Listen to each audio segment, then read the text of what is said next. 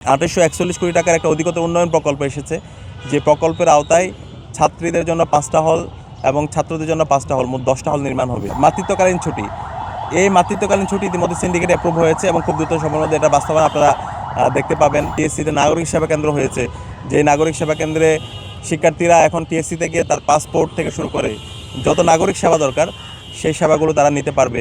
এই মাঠ সংস্কার করার জন্য প্রায় 2 কোটি টাকার বাজেট আসছে, আমরা চেকও নিয়ে এসেছি এবং একটা কমিটি হয়েছে এবং খুব দ্রুত সময়ের মধ্যে পুরো মাঠ সংস্কারের জন্য কাজ শুরু হয়ে যাবে। এবং এর আওতায় এই বিশ্ববিদ্যালয়ের শারীরিক শিক্ষা কেন্দ্র মাঠ, এটা একটা আধুনিক সেন্টার হিসাবে রূপান্তর দিতে পারবো। একই সাথে আমাদের যে ইনডোর যে রুমটা আছে গেমস রুম, সেটাকে আমরা আধুনিকায়ন করব এবং খেলাধুলার যে আধুনিক ইনস্ট্রুমেন্টগুলো দরকার সেই ইনস্ট্রুমেন্টগুলো আমরা ব্যবস্থা করব এবং এই মাঠকে ফুটবল, ক্রিকেট থেকে শুরু করে যত ধরনের খেলাধুলা আছে সেই খেলাধুলার জন্য উপযোগী করা হবে। একই সাথে মাঠের নিরাপত্তা নিশ্চিত করা। আপনারা জানেন এই মাঠের মধ্যে আগে এখানে মাদকের আখড়া ছিল এবং এই মাঠটা যেন আমরা নিরাপদ করতে পারি, পুরো মাঠে সিসিটিভি স্থাপন করা এবং এই যে মেডিকেল কলেজের যে গেটটা আছে এদিক দিয়ে বহিরাগতরা আসে এবং এখানে এসে বিভিন্ন ধরনের অকারেন্স তারা ঘটিয়েছিল, এটা যেন না হয়, পুরো দেওয়াল দিয়ে মাঠটাকে সুরক্ষা নিশ্চিত করা এবং যা যা করা দরকার এই সকল কাজগুলো আমরা করব। তো আমরা কথার চেয়ে কাজ দিয়ে নিজেদেরকে প্রমাণ করতে চাই, আমরা গলাবাজি করতে চাই না। শিক্ষার্থীদের কাছে আমরা আমাদের কাজ দিয়ে আমরা নিজেদেরকে প্রমাণ করতে চাই। তো আলহামদুলিল্লাহ ইতিমধ্যে আমরা আমাদের প্রত্যেকটা কাজ শিক্ষার্থীদের কাছে আমরা হাজির করেছি। ইতিমধ্যে আমরা সেন্ট্রাল মসজিদ দেখতে পেয়েছেন, সেন্ট্রাল মসজিদে আমূল পরিবর্তন হয়েছে। 65 বছর পরে এই সেন্ট্রাল মসজিদের সংস্কার হয়েছে এবং এই মসজিদটা খুব দ্রুত সময়ের মধ্যে একটা কমিউনিটি কমপ্লেক্স আমরা স্থাপন করব, যে এই মসজিদের মধ্যে নারীদের জন্য নামাজের বড় জায়গা থাকবে, ওইখানে সেমিনার রুম থাকবে, ওইখানে লাইব্রেরি থাকবে, একই সাথে ওইখানে গবেষণার জন্য আলাদা সেন্টার থাকবে। সব আধুনিক যে মসজিদের যে প্রস্তাবনা এই সকল কিছুর বাস্তবায়ন আমরা আমাদের নতুন সেন্ট্রাল মসজিদে করব। এর বাইরে আমাদের ক্যাম্পাসের প্রত্যেকটা হলের মসজিদগুলো আমরা সংস্কার করছি, উপাসনালয়গুলো আমরা সংস্কার করছি।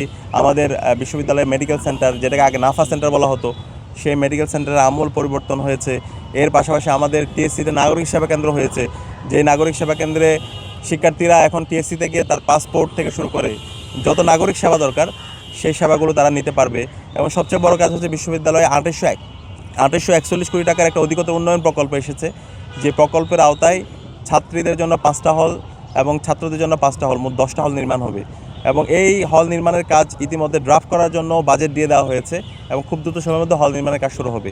তো এই হল নির্মাণগুলো যদি কাজ শেষ হয়, ইনশাআল্লাহ ঢাকা বিশ্ববিদ্যালয়ে কোনো ধরনের আবাসন সংকট থাকবে না। একই সাথে আমরা বিশ্ববিদ্যালয় প্রশাসনের সাথে গতকালকেও আলাপ করেছি, আমরা বলেছি বিশ্ববিদ্যালয়ের যে সিট এটা যেন অনলাইনে শিফট করা হয়, সব কিছু যেন অনলাইনে স্টুডেন্টরা দেখতে পায়।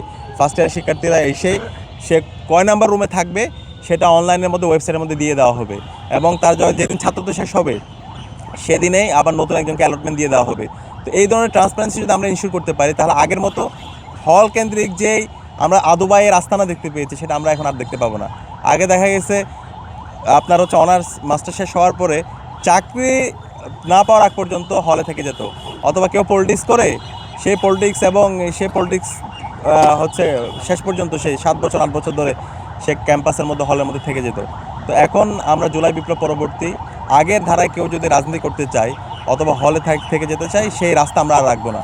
আমরা সুন্দর একটা ট্রান্সপারেন্ট সিস্টেম ইতিমধ্যে ডেভেলপ করেছি এবং সেটা আমরা বাস্তবায়ন করব। একই সাথে নারী শিক্ষার্থীদের দীর্ঘদিনের দাবি ছিল, শিক্ষার্থীদের দাবি হচ্ছে মাতৃত্বকালীন ছুটি। এই মাতৃত্বকালীন ছুটি ইতিমধ্যে সিন্ডিকেট অ্যাপ্রুভ হয়েছে এবং খুব দ্রুত সময়ের মধ্যে এটা বাস্তবায়ন আপনারা দেখতে পাবেন। একই সাথে সন্ধ্যাকালীন বাস, যেটা শিক্ষার্থীদের দীর্ঘদিনের দাবি, সেটা আমরা চালু করেছি এবং শনিবারের বাস সার্ভিসটা খুব দ্রুত সময়ের মধ্যে চালু হবে এবং নারীদের জন্য আলাদা আমরা বাস নিয়ে আসতেছি, যেন যেই হলগুলো আমাদের ক্যাম্পাসের বাইরে আছে শিক্ষার্থীরা যেন স্বাভাবিকভাবে তারা আসতে পারে এবং সঠিক সময়ে তারা বাসগুলো পায়।